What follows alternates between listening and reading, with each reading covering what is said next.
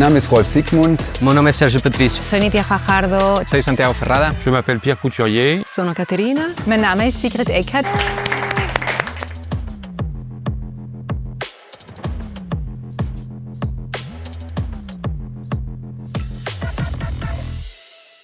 Manche Menschen haben einen Job, um Geld zu verdienen, weil dieses Geld die Miete und die Brötchen bezahlt.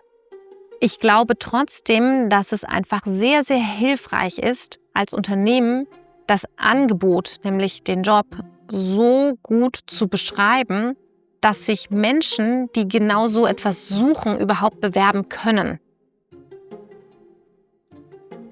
La crisis del COVID fue algo que nos encontramos todo por el camino, ¿no? Las más importantes crisis que hay en una empresa no es la crisis del COVID, son las crisis de no vender.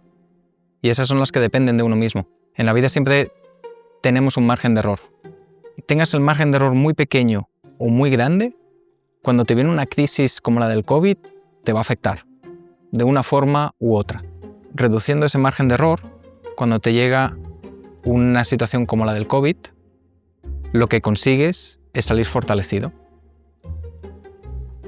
Moi, vraiment, l'inclusion et la diversité, c'est de se dire je donne suffisamment de preuves, que ce soit au talent ou que ce soit directement aux collaborateurs en interne, pour se sentir à l'aise. Tu vois, vraiment de se dire c'est une safe place.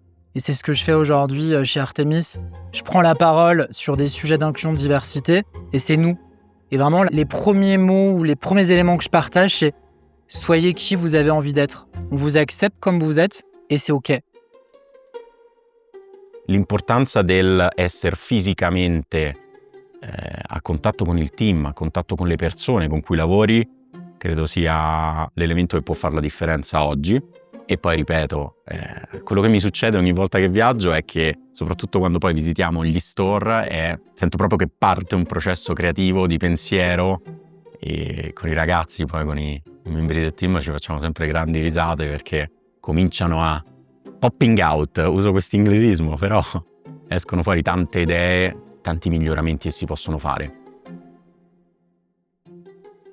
A realidade é que a maioria das pessoas trabalha 40 ou mais horas por semana para receber, para haver esta entrada de dinheiro e depois não dedica uma hora que seja a perceber para onde é que o dinheiro está a ir. É que o primeiro grande aspecto sobre finanças pessoais é gerirmos o nosso dinheiro.